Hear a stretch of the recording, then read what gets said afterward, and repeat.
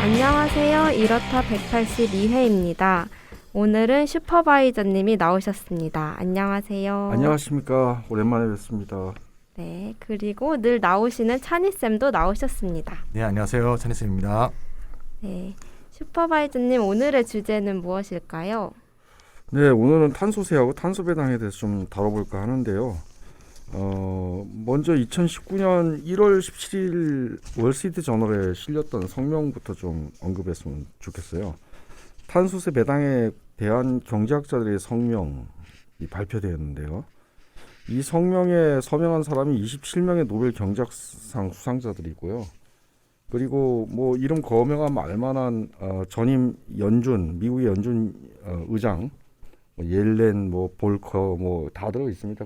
그린스팬, 뭐 15명의 전직 경제자문회의 의장, 재무부 장관들도 전직 2명, 그리고 3,589명의 미국 경제학자가 여기 서명을 했습니다. 굉장히 많죠. 네. 한마디로 뭐 탄소세를 부과해서 배당을 해야 된다는 주장이죠. 근데 사실 어떻게 보면은 이 환경을 망친 게 경제학이라고 할 수 있는데 경제학자들이 성찰하기 시작했다. 참회인가요? 네. 성찰하기 시작했다. 네네. 이렇게 생각이 듭니다. 탄소세의 이제 과세 목적과 과세 방식에 대해서도 오늘 좀 다뤄보고 싶고요. 그리고 왜 하필이면 이 경제학자 성명에도 이 탄소 배당이 나와요. 그러니까 모두에게 동등하게 나눠줘라라는 게 나오거든요. 왜 모두에게 동등하게 나눠줘야 되느냐? 탄소세하고로 거둔 세수를 전액 모두에게 탄소 배당으로 똑같이 나눠줄 때 그 장점이 뭐고 효과는 뭐냐? 이걸 좀 따져보고요. 그렇죠. 그다음에 기존에 이제 환경세제들이 쭉 있죠. 그리고 뭐 한국에도 이제 배출권 거래제가 도입이 되어 있는데 유럽 같으면 이미 굉장히 도입된 지 오래됐죠. 그럼 탄소세하고 기존의 환경세제 또는 배출권 거래제하고 어떻게 다르고 관계 설정 어떻게 해야 되는가 이런 문제도 좀 따져봤으면 좋겠고 그다음에 이제 이 정책의 기대 효과가 뭔가 하여튼 뭐 탄소세, 탄소 배당 관련된 모든 주요 쟁점들을 검토를 해보고 뭐 구체적인 도입 모델도 좀 우리가 얘기를 좀 해봤으면 싶다 이런 얘기입니다. 네. 네, 얼마 전에 장마가 끝났죠. 네. 최장 기록이라고 하는데 무려 54일에 이르는 기록적인 장마가 드디어 끝났는데요. 네. 그래서 이건 장마가 아니라 기후위기라고 기후재앙. 기후재앙이라고 네네. 사람들이 많이 이야기하면서 기후위기에 대한 그런 문제가 더 화두가 된 것 같아요. 맞습니다. 그래서 기후위기는 과다한 이산화탄소 배출과 밀접하게 관련이 있다는 것은 이미 기정사실화된 것인데요.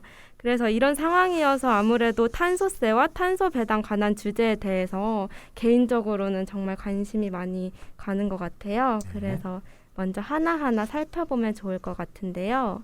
먼저 찬희쌤께서 이번 이 성명, 탄소세 배당에 대한 경제학자들의 성명에 대해서 좀 소개해 주시면 좋을 것 같아요. 네, 오늘 저희가 이렇다 183회인데 오랫동안 이렇다 들으신 분들은 조금 오늘 소리가 좀 다르다 이런 생각 들으실 것 같아요. 저희가 지금 코로나가 지금 집단 감염 맞아요. 장소가 수십 개로 지금 전파된 상황이라 우리는 뭐 아무 증상이 없지만 혹시나 해서 서로가 서로에게 이렇게 보호한다는 의미에서 우리가 마스크를 쓰고 있습니다. 그래서 혹시 필터링된 소리가 좀 느껴지더라도 그렇게 감안해 주시고 서로를 우리가 배려하는 차원에서 이렇게 녹음했다는 걸 이해해 주시면 되겠습니다. 자, 지금 아까 성명서 이름이 Economist Statement on Carbon Dividend, 탄소세 배당에 대한 경제학자들의 성명인데요. 크게 5가지의 정책 공고를 담고 있는데 문장의 시작은 이렇게 시작됩니다. 전 지구적 기후변화는 즉각적인 국가적 행동을 요구하는 심각한 문제이다. 그래서 1번이 뭐냐? 탄소세는 필요한 규모와 속도로 탄소 배출량을 줄이기 위한 가장 비용 효율이 좋은 수단이다. 효율성, 이게 경제학에서 굉장히 중요하거든요. 효율성이 가장 좋은 수단이다. 이렇게 얘기했고요. 2번째, 탄소세는 어느 정도 부과해야 되느냐? 배출 감축 목표가 충족될 때까지 매년 증가해야 된다. 또 정부 규모에 대한 논란을 피하기 위해서는 재정 수입에 대해서 중립적이어야 된다. 뭐 이걸 많이 걷었다고 해서 무슨 안 된다든가 적다든가 이렇게 하면 안 된다는 거죠. 정부 재정과는 관계없이 배출 감축 목표하고만 연동시키다 이런 얘기죠.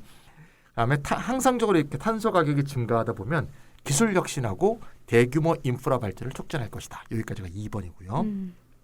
3번. 충분히 견고하고 점진적으로 증가하는 탄소세는 덜 효율적인 다양한 탄소 규제에 대한 필요성을 대체할 것이다. 뭐 1번 얘기 연결되는 것이라고 볼 수도 있어요. 네. 다른 수단은 의미 없게 될 것이다 이런 뜻이고요. 4번. 탄소 배출량이 많은 산업의 국외 이탈을 방지하고 미국의 경쟁력을 보호하기 위해서 미국 경제학자들이니까요. 탄소 조정 관세 시스템을 구축해야 된다. 이게 무슨 말인가 하면요. 미국에서 예를 들면 탄소세를 많이 부과했어요. 그러다 보니까 이게 부담이 돼서 다른 나라로 이전할 수도 있잖아요. 네. 그러니까 이전한 그 나라는 탄소세가 별로 부과를 안 해. 그렇게 되면 미국 산업이 너무 불리하게 되겠죠. 이걸 꼭 국가적인 당리당략에서 보지 말고 전 지구적 차원에서 보면 오히려 지구를 위해서 탄소세를 많이 부과해서 기여를 하는 데가 불이익을 당할 수가 있잖아요. 네. 따라서 탄소세를 잘 부과한 나라로부터 뭔가가 수입이 될 때 거기에 조정관세를 부과해서 탄소세를 많이 부과하는 나라의 산업을 보호하는 게 탄소세 부과의 정당성과 필요성을 확대하기 위해서 필요하다. 그렇게 이해하시면 되겠습니다. 네. 됐죠? 마지막 5번째는 뭐냐? 아까 지금 슈퍼바이저를 말씀하셨던 탄소세 증가의 공정성과 정치적 지속 가능성을 극대화하기 위해서 재정 수입 전액을 똑같은 금액으로 모든 미국 시민에게 직접 되돌려줘야 된다. 왜 그러냐? 가장 취약한 사람들을 포함하여 미국 가계의 대다수는 에너지 가격 상승으로 피해를 보는데 그거로 지불하는 것보다 탄소 배당을 더 많이 받게 되므로 재정적인 이익을 보게 되므로 탄소 배당을 꼭 해야 된다. 이렇게 매듭을 짓고 있습니다. 성명의 내용을 보니까 네. 첫 번째 항부터 네 번째 항까지는 탄소세에 대한 쟁점들이 다 정리되어 있는 것 같아요. 맞습니다. 그래서 먼저 목적이 무엇인지, 그리고 탄소세가 효율적인 정책 수단인지, 그리고 탄소세율과 세수 중립성에 대한 문제도 언급하고 있고, 맞습니다. 탄소 가격 증가의 경제적 효과까지 얘기를 하고 있어요. 네. 그리고 더 나아가서 전 지구적 차원의 배출량 감축을 위한 탄소 조정 관세 등의 도입을 다 제시하고 있는 것 같은데 맞습니다. 개인적으로 가장 인상 깊었던 부분은 마지막 5번째가 아니었나 싶어요. 맞습니다. 네. 그래서 이렇게 거둔 탄소세 수입 전액을 탄소 배당으로 돌려준다. 이런 정책적 결론을 담고 있는 것으로 보이는데요. 예, 그게 아주 특별한 내용이죠. 네. 지금까지 뭐 탄소세 도입한 국가들 많은데 뭐 뒤에 또 한번 검토해 보겠지만 스위스 빼고는 배당하는 나라가 없죠. 맞습니다. 이거 아주 특이한 얘기입니다. 그러니까 어떻게 얘기하면은 모두에게 전액 돌려줘라. 네. 세수 중립적이어야 된다. 이렇게 얘기하면서 전액 줘라. 음. 그리고 대다수 미국인들은 가격이 올라가는 것보다 탄소세로 돌려받는 배당의 수가 더 클 거다. 이렇게 네. 또 얘기하고 있어요. 맞습니다. 그러니까 어떻게 보면은 탄소세 재원화라는 기본소득 도입을 권고한 거다. 이렇게도 볼 수 있는데 물론 이게 공유부 재원은 아니다라는 것은 나중에 제가 다시 설명을 드리겠지만 어쨌건 이 기본소득 운동에서 보면 1968년에 폴 세뮤얼슨이 주도를 해갖고 연간 보장소득에 관한 경제학자 성명이 발표된 적이 있어요. 그로부터 몇 년인가요? 51년 만의 일이네요. 52년이죠. 52년인가요? 네. 네. 거의 반세기가 지나가지고 이 심각한 기후 상황, 위기 상황 속에서 기본소득 도입 가능성이 새로운 어떤 전기를 맞게 됐다. 이렇게도 말할 수 있을 것 같습니다. 특히 이 세수 중립성, 재정 지출에 대한 중립성, 이게 기본소득 과세에서 굉장히 중요한 원칙이거든요. 기본소득으로 조세를 걷었으면은 기본소득을 위해서 거둔 거면 그것은 전액, 무조건적, 보편적, 개별적으로 분배해라. 네. 이게 과세와 이전의 연동이라는 굉장히 중요한 재정 원칙 중에 하나입니다. 별도 관리해야 되는 거죠. 네. 예. 그래서 그런 중요한 재정 원칙을 탄소세와 탄소 배당의 연동이 아주 정확하게 보여주고 있는 거죠. 100% 탄소 배당으로 써라 이렇게 얘기한 겁니다. 이 경제학자 성명서가. 그래서 굉장히 기본소득 관점에서도 중요한 어떤 그 시사점을 가지고 있고, 그리고 이제 기후위기 시대라는 시대 인식에 있어서도 매우 중대한 전환점을 보여주고 있다. 저는 그렇게 평가합니다. 네, 그렇게 기후 재앙의 시대가 시작되고 있는 그런 시점에서 한국은 어떤지 좀 살펴봐야 될 것 같아요. 온실가스 배출량은 주요 자본주의 발전 국가들에서 점차 줄어들고 있는 그런 상황인데 한국의 경우는 계속 증가하고 있다고 들었어요. 2007년 기준으로 2017년 탄소 배출량 증가량이 24.6%예요. 세계 2위 증가했고요. 10년 10년 만에. 동안 네. 24.6% 증가했다. 예. 2090년을 기준으로 하면요. 터키에 이어서 세계에서 두 번째로 높은 수치를 기록하고 있습니다. 2018년 딱 한 해만 따져도 한국의 탄소 배출량이 OECD 국가 중 6위. 아하. 우리가 경제 규모가 11위 뭐 이렇게 되잖아요. GDP보다 높네요. 근데 6위죠. 네네. 1인당 탄소 배출량은 4위입니다. 오, 순위가 자꾸 올라갑니다. 기후 악당 국가라는 얘기를 뭐 네. 듣고 있죠. 네, 기후 악당 국가. 그래서 이런 전지구적인 불명에 처해 있는 대한민국이 과연 배출량 감축을 위해서 지금 어떤 노력을 하고 있는지 알 수 있을까요? 별로 노력을 안 하고 있죠. 2016년 기준으로 한번 본다면 이와 관련된 세제가 하나 있습니다. 교통, 에너지, 환경세라는 게 있는데요. 이게 16년 기준으로 13.5조 원이 거쳤어요. 조세로 거둔 것 중에서는 네 번째로 큰 규모인데 문제는 이렇게 거둔 돈을 대부분 토목 분야라든가 화석연료 보조금에 사용된다는 좀 어이없는 그런 그러게요. 상황인 겁니다. 아니 이름이 교통에너지 환경세인데 왜 환경 문제 해결에 재원을 쓰지 않고 있는 걸까요? 이게 다 역사적인 이유가 있는데요. 이 법의 목적 자체가 이렇게 써 있어요. 제1조에 교통에너지 환경세의 목적 뭐라고 써 있냐면 한번 들어보세요. 이 법은 도로, 도시철도 등 교통시설의 확충 및 대중교통 육성을 위한 사업, 에너지 및 지원 관련 사업, 환경의 보존과 개선을 위한 사업에 필요한 재원을 확보함을 목적으로 한다 이렇게 돼 있어요. 그러니까 다 섞여 있는. 다 섞여 있죠. 이 법의 전신이 뭔가 하면 1994년에 생긴 교통세법이에요. 2007년도에 이름이 지금과 같이 바뀌었고요. 그러면서 내용도 약간 추가가 된 거죠. 그러니까 원래 이 법이 생길 때 목적이 교통시설의 확충 및 대중교통 육성을 위한 사업이었고요. 그 다음에 뒤에 이제 개정될 때 환경 보존과 개선이 액세서리처럼 갖다 붙은 거죠. 예. 그러면 제대로 된 환경세를 도입해야 되는 거 아니에요? 그렇죠. 예. 안 그래도 그래서 2009년부터 교통에너지 환경세를 폐지하고 새로운 환경세를 도입하자는 논의가 계속 진행이 됐는데 문재인 정부 들어서도 2018년 말에 또다시 4년 연장 고지를 해서 2021년까지 쭉 가야 됩니다. 그래서 결국 그동안 이제 한국의 온실가스 감축 정책은 사실상 거의 없었다. 이렇게 말해도 과언이 아닙니다. 되게 심각한 상황인데 네네. 되게 안일한 정부의 모습이네요. 네네. 그래서 국제 기준에 따라서 우리나라도 어쨌든 배정받은 온실가스 배출량 제한이 있을 거 아니에요. 그리고 온실가스 배출권 거래제도 시행되고 있다고 아는데 어떻게 진행이 되고 있나요? 뭐 거래제가 있긴 있죠. 근데 일단 이게 먼저 기업들한테 무상 할당하고 있고요.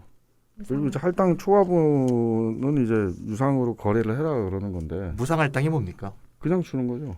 아, 탄소 배출 거축권을 그냥 무료로 주는 거? 일종의 오염권을 갖다가 부여하는 거죠. 네네. 근데 사실 유럽 국가들은 탄소세를 걷기 때문에 무상할당 부분에 대해서 탄소세가 과세되는 거거든요. 근데 어쨌건 그러다 보니까 이제 환경단체들이 막 뭐라 그러잖아요.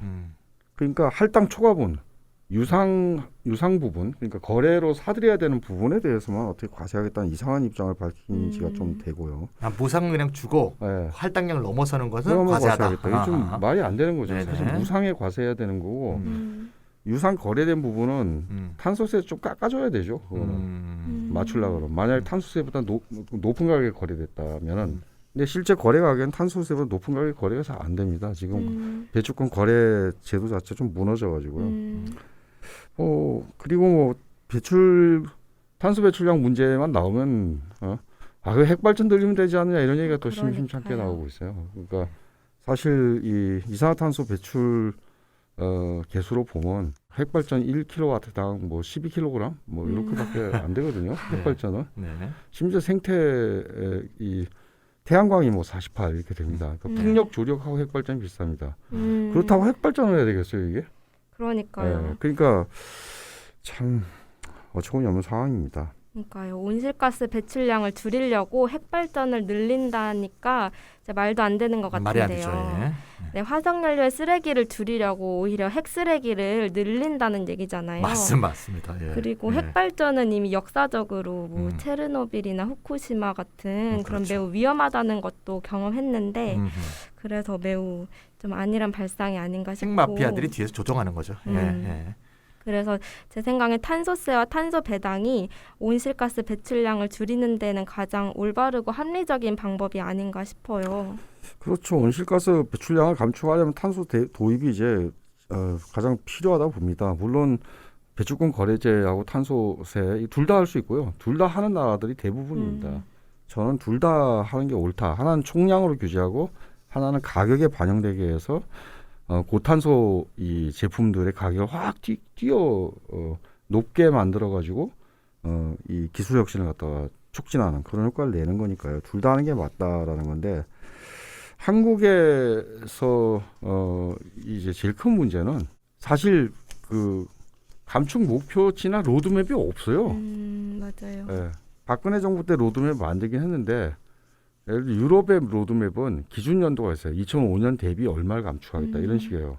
근데 박근혜 정부의 로드맵은 2050에 이 정도를 우리가 쓰게 돼 지금 지금 흐름대로 가면 2050에 탄소 배출을 이 정도 하게 되는데 그것에 대비 50%를 감축하겠다 뭐 이런 식으로 돼 있어요. 그러니까 이미 목표 시점 자체가 과거가 아니야. 과거가 미래의 예상치를 감축하겠다는 식의 이상한 방식을 사용하고 있기 때문에 탄소세에서 굉장히 중요한 게 감축 목표치거든요. 로드맵이고. 그래서 지금의 로드맵의 설계 방식은 탄소세를 도입할 때 전혀 이제 도움이 안 됩니다. 그러니까 이제 멘탈이 우리가 교토의정서 통과될 때 한국이 개발도상국으로 평가받았잖아요. 네. 그래갖고 좀 제외되고 그러던데 아직도 그 멘탈에 머물러 있는 것 같아요. 그러게요. 우린 개발도상국이니까 산업 정책을 하면 되는 거지 지구를 위해서는 할 일이 없다. 이렇게 생각하는 멘탈에 머물러 있는 것 책임 같습니다. 없는. 예. 네, 아무튼 탄소세는 반드시 탄소 배당과 연동이 돼야 됩니다. 어쨌건 탄소세는 유럽에서 16개 국가가 도입이 되는데 1990년에 핀란드가 제일 먼저 시작했고요. 네. 91년에 바로 옆 나라 스웨덴, 노르웨이 그리고 92년에 덴마크 이렇게 사실 북유럽 국가가 쫙 도입을 했어요. 현재는 사실 스위스, 아일랜드, 영국 등 16개국까지 확산이 돼 있습니다. 사실 탄소세는 목적은 지구 온난화 방지예요. 온실가스 억제고. 그래서 세금을 걷는다. 어디에 걷느냐? 각종 화석 에너지의 탄소 배출량에 기초해서 부과가 된다는 거예요. 전 과정에 대해서 걷습니다.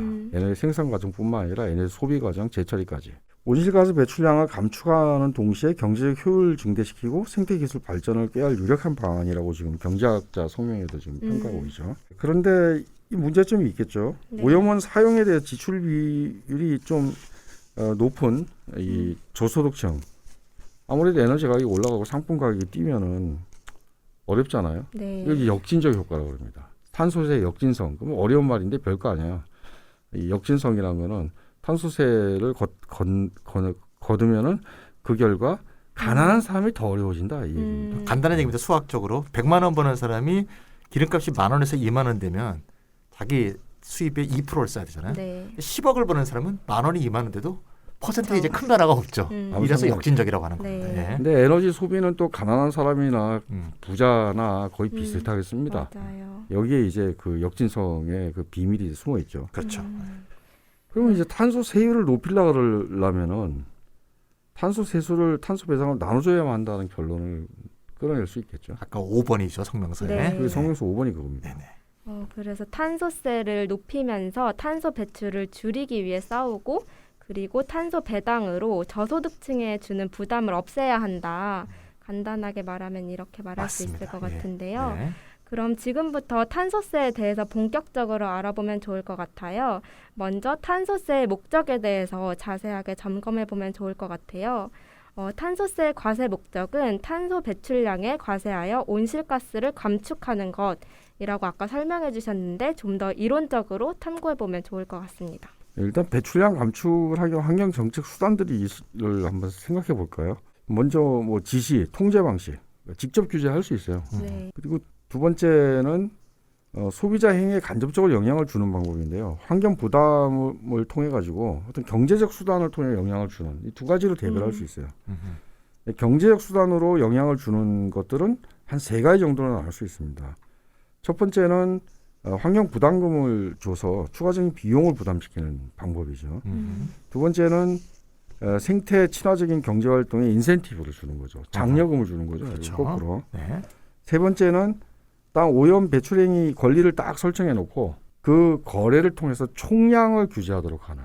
좀 더 많이 오염시키고 싶은 사람은 덜 오염시킨 사람한테 권리를 사라. 이게 배출권 거래제죠. 네. 탄소세는 첫 번째에 해당되는 네. 겁니다. 뭐 종래의 환경세제 탄소세 이게 이제 바로 첫 번째 추가적인 비용을 부담시킨다는 거고, 두 번째는 뭐 요즘 녹색 뉴딜의 공공투자 정책들 같은 거 들 수도 있고, 뭐 태양광 발전에 뭐 보조금 준다든지 이런 방식입니다. 세 번째는 배출권 거래제. 어찌됐건 탄소세는요, 조세를 통한 간접 규제다. 이걸 이해하셔야 되고, 그리고 과세 표준은 환경 오염물질의 배출량이다라는 겁니다. 그래서 배출량 단위당 일정액의 세금을 징수하는 건데, 탄소세 말이 탄소세잖아요. 네. 그 이산화탄소로 환산한 이산화탄소 톤당 얼마 이렇게 매기는 거예요. 그러면 좀 비교해 보면 좋을 것 같은데, 찬희 쌤이 아까 교통에너지 환경세 얘기하셨잖아요. 네네. 그래서 과세의 목적이 탄소세와 어떻게 다른가에 대해서는 이미 말씀하셨는데, 네, 교통 환경 개선이 네. 있었죠. 예. 그렇다면 과세 방식은 어떻게 다른지, 탄소세가 아까 말씀하신 것처럼 오염물질 배출당 그리고 단위당 부과한다면 교통에너지 환경세는 어떻게 세금을 부과하고 있나요? 네, 한국에서 이제 개별 소비세라는 게 있는데 제품별로 이제 개별 소비세가 이렇게 부과되죠. 그 중에 하나고요. 굳이 분류하자면 교통에너지 환경세는 에너지세에 해당합니다. 에너지세. 네, 에너지세의 과세 방법은 이 탄소세하고 좀 다른데요. 탄소세는 지금 슈퍼바이저님이 오염물질 톤당 얼마 이렇게 얘기했잖아요. 네. 근데 에너지세는 어떻게 하냐면요. 한국의 교통에너지 환경세를 예를 들면 좀 이해하실 수 있을 거예요. 휘발유와 이와 유사한 대체유류는 리터당 475원. 경유와 유사한 대체유류는 리터당 340원이에요. 그러니까 리터당 얼마, 휘발유 리터당 얼마, 경유 리터당 얼마 이렇게 돼 있죠. 네. 즉 에너지원의 함량 리터 단위로 부과한다 이거예요. 그러니까 오염물질로 부과하는 게 아니고 에너지 이 함량 컨텐트별로 이렇게 부과하는 거죠. 반면에 탄소세 과세 표준은 탄소 배출량이고 아까 말씀드렸지 탄소 배출 톤당 일정액을 부과하는 게 결정적인 차이가 있습니다. 들어보니까 확실히 과세 방식이 다른 네, 것 완전히 다르죠. 네. 예. 그리고 과세 대상도 다른 것 같아요. 다를 수밖에 없죠. 예. 네, 에너지세는 에너지를 만드는 휘발유, 경유 등에 부과하는 유류세라고 하나요? 그렇게 볼 수도 네. 있죠. 예. 그렇게 하셨는데 탄소 배출은 훨씬 넓은 범위에서 발생하는 맞습니다. 그런 대상에다가 부과하는 것 같아서 과세 대상도 더 넓은 것 같아요. 그렇죠. 예를 들면 좀 과세 대상이 두 개가 겹칠 수도 있겠죠. 휘발유 경유는 여기에도 속해 있고 저기에도 속해 있겠지만 예를 들면 탄소 배출이라는 것은 에너지 생산에서만 일어나지는 게 아니라 제조할 때도 일어나고 유통 운송할 때도 탄소 배출되고 네. 소비와 재처리할 때도 다시 말하자면 경제 활동의 전 과정에서 발생하기 때문에 탄소세 과세 범위가 훨씬 넓다 이렇게 보시면 되겠습니다. 그럼 전 과정에서 발생하는데 그럼 언제 과세를 하는 걸까요? 생산 단계에 부과하는지 아니면 소비 단계에 부과하는지 궁금하네요. 그거는 이제 설계를 어떻게 하느냐에 달려 있는데요. 과세 형태는 크게 세 가지가 있겠죠. 생산에 부과하면 원천세 방식이 될 거고 소비에 부과하면 소비세 방식이 될 거고 생산부터 소비의 전 과정에 조금씩 계속 부과하는 형태가 되면 부가가치세가 되겠죠. 예. 그래서 이제 부가가치세 방식을 택할 경우에는 원료 채취, 소재 생산, 부품 생산, 제품 생산, 수송, 유통 전 과정에서 발생하는 탄소 배출량을 다 정량화한 다음에 나아가서 제품의 사용과 폐기물 처리에 발생하는 탄소 배출량까지 다 포함해서 탄소 레이블링, 탄소 수치를 이렇게 라벨링을 해서 다 결합한 다음에 운영할 수가 있는 거죠. 그러니까 예를 들면 탄소 라벨링이 뭔가 하면 각 단계에서 발생하는 탄소 배출량을 탄소 발자국으로 표시해서 제품에 표시해 놓는 거죠. 그래서 이거를 다 이러한 이렇게 하면 이제 기존의 부가가치세와 비슷한 방식으로 하지만 부가가치세와 별도로 탄소세를 부과하되 부가가치세가 왜 매 단계에서 발생하는 것이 쭉 쌓여갖고 최종 단계에서 한꺼번에 다 걷잖아요. 네, 그런 것처럼 각각의 국면에서 발생한 탄소를 다 탄소 라벨링 제도로 모아서 최종 단계에서 한꺼번에 이렇게 부과할 수 있도록 이런 식으로 전 과정에서 부과하되 최종 단계에서 거둘 수 있는 방식으로 탄소세를 거둘 수 있게 되는 거죠. 그럼 정리를 해보자면 탄소 라벨링을 하면 모든 단계에서 탄소 배출이 다 표시되고 네. 그것을 다 더해서 마지막 단계에서 전 과정의 탄소 배출량 총량이 나오니까 맞습니다. 부가가치세처럼 마지막 단계에서 부과하자 이렇게 말할 수 있겠네요. 맞습니다. 네. 그러니까 물건을 사면은 음. 탄소세 얼마 이렇게 딱 그렇죠. 표시가 되는 그게 거예요. 그게 여기까지 오기까지 모든 근데- 탄소 배출이 다 더해져 있는 거죠. 네. 네. 그런데 어, 지금의 부가가치세는 네. 모든 물건이 똑같이 퍼센트잖아요. 네. 근데 이게 물건마다 탄소세 얼마가 다르죠. 달라요. 다르겠죠. 네. 그러면 탄소세를 적게 낸 물건은 사지 않겠어요? 그렇죠. 딱 비교해 보면서. 그러게요. 그래서 발자국이 작은 거. 네. 탄소를 많이 쓰는 기업은 망하게 돼 있는 거예요. 네. 그럴 것 같아요. 네. 그래서 확실히 과세 목적이나 과세 대상, 과세 방식에 있어서 제가 생각했을 때는 탄소세가 장점이 많은 것처럼 들리네요. 장점이 많죠. 일단 과세 범위와 대상의 포괄성. 아까 차인 선생님 잘 설명해 주셨지만 이 과세 대상 자체가 사실은 전범이고 그렇죠. 그리고 부문으로 따져도 원료 에너지 부분, 생산 부분, 운송 부분 모든 부문을 아우를 수 있고 뭐 심지어 소비와 폐기물 처리까지. 그래서 탄소를 배출하는 모든 주체, 모든 대상을 광범위한 적용 범위로 한다는 거죠. 그러니까 과세 범위와 대상이 포괄적이다. 이건 무슨 말일까요? 규율 효과가 극대화된다는 거예요. 그냥 에너지세처럼 뭐 경유 얼마, 석유 얼마 이렇게 하는 거하고는 다르죠. 그렇죠. 그러니까 완전히 규율 효과가 극대화된다는 거고. 두 번째는 그런 반면에 비용의 확실성이에요. 그러니까 만약에 이래서 탄소를 얼마 쓴 거다 이게 계산이 되기 때문에 이게 다 기초 가격을 형성하잖아요. 네. 그러니까 비용에 탄소세를 더해야 되잖아요. 네. 그러니까 가격에 그대로 이게 반영이 되고 예측 가능성을 기업이 갖게 되죠. 그럼 세 번째, 기업이 어쨌건 기술을 개발해야 되겠구나. 맞아요. 내가 저탄소 생산을 하기 위한 장기적인 계획을 수립해야 되겠구나. 일단 전기 에너지부터 석탄 화력 쓴 거 사용하지 않고 딴 거 써야 되겠구나. 이렇게 생각을 하게 되겠죠. 그래서 어떤 최종 소비 가격에 이 반영이 된다라는 게 이 탄소세의 굉장히 장점 중에 하나입니다. 그래서 기술 경쟁을 촉진한다라는 거죠. 이산화탄소 배출량이 많은 제품은 시장에 퇴출되는 거죠. 세 번째 강조하는 거지만 이게 가장 중요한 요건입니다. 그러게요. 되게 확실하고 장점이 많은 것 같은데 네. 그러면 배출권 거래제 같이 다른 환경 정책 수단도 많이 있잖아요. 이런 것과 비교해 보면은 어떤 다른 차별성이 있을까요?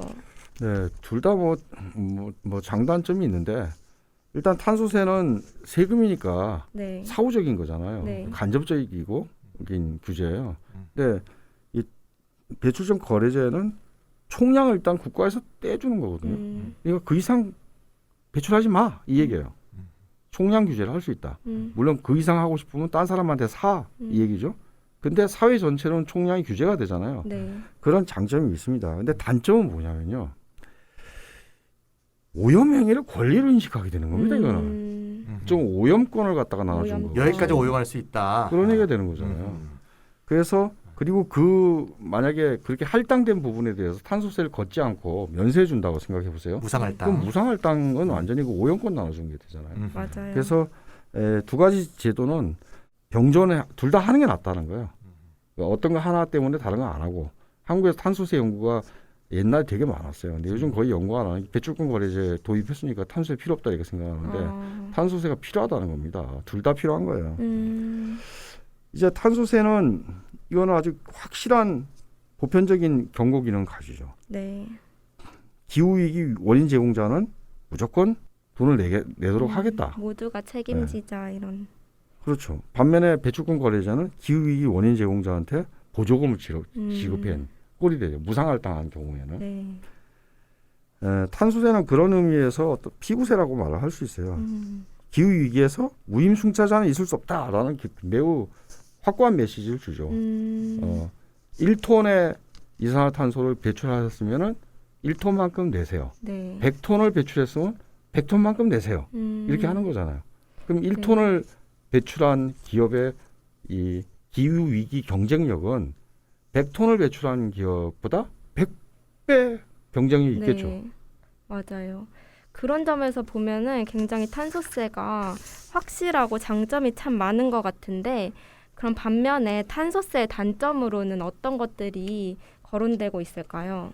탄소세 단점은 사실은 탄소세가 기후위기를 막으려면요. 세율 조정이 가능해야 돼요. 탄소세는 배출권 거래제처럼 총량을 나눠주는 게 아니기 때문에 세율을 조정할 수 있어야 돼요. 그러니까 작년도 감축 목표치를 달성 못했다. 그럼 올해는 세율을 올릴 수 있어야 됩니다.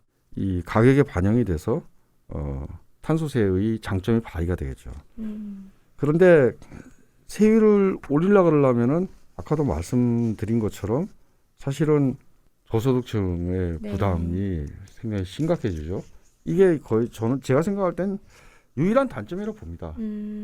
탄소세만 할 경우에 세금을 탄력적으로 운영할 수가 없다라는 겁니다. 네, 그렇다면 결국 탄소세의 단점 중에 가장 치명적인 것은 저소득층에게 더 불리하다는 역진성일 것 같아요. 그래서 또한 탄소세율을 너무 높이면 산업체에도 큰 부담이 될 것 같은데 역시 이것도 중소기업일수록 아무래도 더 부담이 되니까 기업체 입장에서도 역진적이라고 할 수 있을 것 같네요. 그렇다고 해서 너무 미미하게 세율을 부과하면 실제 배출량 감축 효과도 크지 않게 될 것 같고요. 그래서 역진성을 줄이기 위해서 탄소세에서 가장 중요한 것은 탄소 배당과 어울려야지 최고의 시너지가 발생한다는 것일 것 같은데 네네. 네, 탄소 배당을 해야지 역진성도 없애고 실제 세율도 높일 수 있으니까 그런 것 같아요. 네. 그래서 탄소 배당에 대해서 먼저 탐구하기 직전에 탄소세가 세계적으로 어떻게 도입되고 있는지 현황을 좀 살펴보고 넘어가면 좋을 것 같습니다. 네, 아까 슈퍼바이저님이 이미 좀 말씀하셨는데요. 90년에 핀란드에서 제일 먼저 도입이 됐다. 91년도에 옆에 스웨덴, 노르웨이, 92년도에 덴마크가 잇따랐다. 이렇게 돼서 이제 그러면 한 30년 됐죠? 네. 그 정도 된 대조고요. 유럽에 아까 16개 지역이라고 그랬는데요. 16개 나라를 한번 일람해 보면 96년에 슬로베니아, 2000년에 에스토니아, 2004년에 라트비아, 이게 다 OECD 국가입니다. 2010년에 아일랜드, 아이슬란드, 2011년 우크라이나는 이제 OECD 국가 아니고요. 2014년에 프랑스와 스페인, 2015년에 포르투갈 탄소세가 쭉 도입돼 왔고요. 브렉시트로 유럽연합을 떠난 영국도 2013년부터, 네. 스위스는 2008년부터 탄소세를 도입해서 현재 2019년 현재 16개국이 유럽에서 탄소세를 시행 중입니다. 그럼 혹시 유럽 이외의 국가들은 어떻게 탄소세 도입한 나라가 있나요? 있습니다. 예. 비유럽 국가들 중에서 탄소세를 도입한 국가로는 12년에 탄소세를 도입한 일본, 또 뭐 칠레, 남아프리카 공화국, 캐나다에서는 2개 주인데요. 브리티시 컬럼비아 주하고 엘버타 주 이런 데가 도입했다고 볼 수 있고요. 호주가 좀 특이합니다. 호주가 2011년 7월에 당시 노동당 정부였는데 이때 탄소세를 도입했어요. 13년에 정권이 바뀌었어요. 그래서 자유당 국민당 정권이 집권을 했습니다. 연립정부인데. 네. 그래서 이 보수적인 자유당 국민당 정권이 집권하고 나서 14년 7월에 폐지했어요. 그러니까 탄소세를 도입했다가 폐지한 최초의 나라, 유일무이한 나라는 호주가 되겠습니다. 그러게요. 그런 네. 사례도 있다는 게 좀 놀랍네요. 네, 네. 이게 그 당시 이제 노동당, 녹색당 공동 정부였고 녹색당이 한 역할이 있죠. 그렇죠. 그리고 사실 작년인가요? 작년에 캥거루들이 너무 많이 죽었잖아요. 그래서 탄소세에 대한 여론이 네. 확 바뀌었대요. 기후 재앙이 와서 탄소에 대한 여론이 매우 좋아졌다. 다시 도입이 되겠군요. 그렇구나. 그러면 이제 각 나라별로 세율을 한번 살펴보면 어떻게 어디가 가장 높을까요? 네, 유럽은 이제 유로 국가니까 생적 비교가 쉽죠. 네. 톤당 유로 얼마 그러면 누가 세율이 높은지 알 수 있으니까. 세율은 19년 기준으로 볼 때 스웨덴이 탄소 배출 톤당 112.08유로 가장 높습니다. 우리 한국 돈으로 얼마가 되는 겁니까? 1원이 한 1,400유로 정도 되는 것 같습니다. 그러니까 112를 곱하면 14,014. 한 15만 원 정도 되겠네요. 톤당 한 15만 원 정도. 오, 맞네요. 예. 그러게요. 예, 스위스가 2위입니다. 83.17유로. 요거는 스위스는 사실 스위스 프랑을 쓰는데 유로로 환산해서 이렇게 설명한 거고요. 핀란드는 62유로. 그래서 이렇게 굉장히 높은 집단에 속하고요. 맨날 나오는 나라들이죠. 그러게요. 좋은 거 얘기할 때 나오는 나라들입니다. 예, 그다음에 참 부과하긴 하는데 정말 낯뜨거울 정도로 적게 부과하는 나라도 있습니다. 폴란드 톤당 0.07유로. 도입한 건 1990년이니까 굉장히 오래됐는데 예, 하나만 합니다. 우크라이나 0.33유로. 벌써 나라 이름만 들으면 어디가 많이 부과하고 네. 어디가 적게 부과할지 딱 알 수가 있죠. 이건 굉장히 세율이 낮은 집단이다 이렇게 볼 수 있고요. 예, 과세 범위도 한번 보면 말이죠. 얼마나 넓은 범위에서 과세하고 있느냐. 스웨덴은 탄소세가 온실가스 배출량의 40% 정도의 범위를 포괄하고 있고요. 스위스는 33%. 그러니까 아까 탄소 세율도 높았는데 과세 범위도 넓어요. 온실가스 배출량의 과세 범위가 가장 높은 나라는 노르웨이인데요. 60% 정도에 속하니까 예, 세율은 조금 낮지만 아까 누구죠? 스웨덴에 비해서 과세 범위는 훨씬 높다 이렇게 볼 수 있고요. 가장 과세 범위가 적은 나라는 스페인인데요. 네. 불소 화합물에만 과세합니다. 어, 그러니까 온실가스 전체 배출 중에서 3% 정도만 규율하는 스페인이 과세 범위는 제일 낮다 이렇게 볼 수가 있습니다. 그럼 정리해 보면 세율으로 따지면 스웨덴이 제일 높고 네네. 과세 범위는 노르웨이가 가장 높다라고 네. 좀 기억해 보면 좋을 것 같아요. 스웨덴, 노르웨이. 네. 네. 그래서 아까도 말씀하셨지만 민주주의 지수나 뭐 사회보장 지출 순이나 비례대표제가 얼마나 많이 도입됐는지 그리고 반부패 지수 이런 좋은 건 나올 때 단골로 나오는 나라들이 역시 네. 탄소세에 있어서도 네. 좋은 그런 정책을 거의 단골이죠. 네, 이렇게. 도입하고 있네요. 네. 그러면 마지막으로 탄소세를 부과한다고 다 탄소 배당을 하는 건 아니라고 알고 있는데 혹시 어떨까요? 뭐 대개 유럽 국가들의 탄소세 제정은 일반회계로 일단 편입이 됩니다.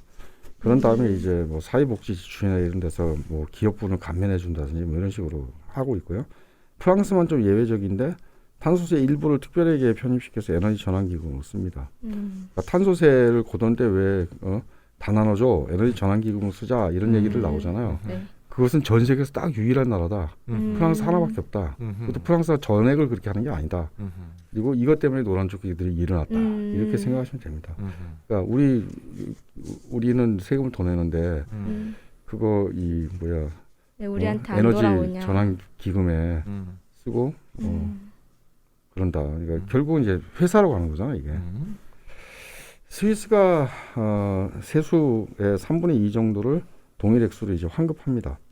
나머지 3분의 1 정도를 신재생 에너지 사업 지원 등등에 이제 쓰게 돼 있는데 그게 이제 상한이 정해져 있어요.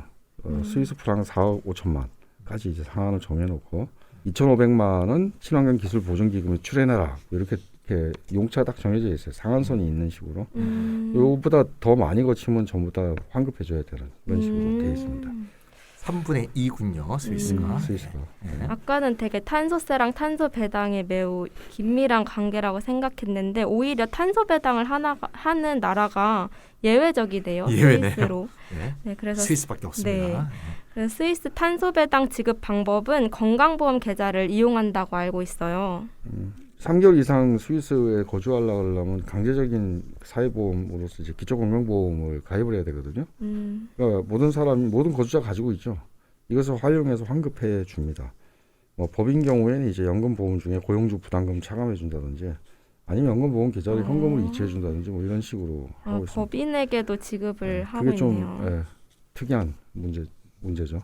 탄소세수를 고용주 부담금 차감에 사용하는 제도 복잡하게 할 뿐이라고 저는 생각하고요. 그건 사실 탄소세수를 기업의 법인세 감면에 쓴 거하고 뭐 다른가 크게 다르지 않다라는 생각이 듭니다.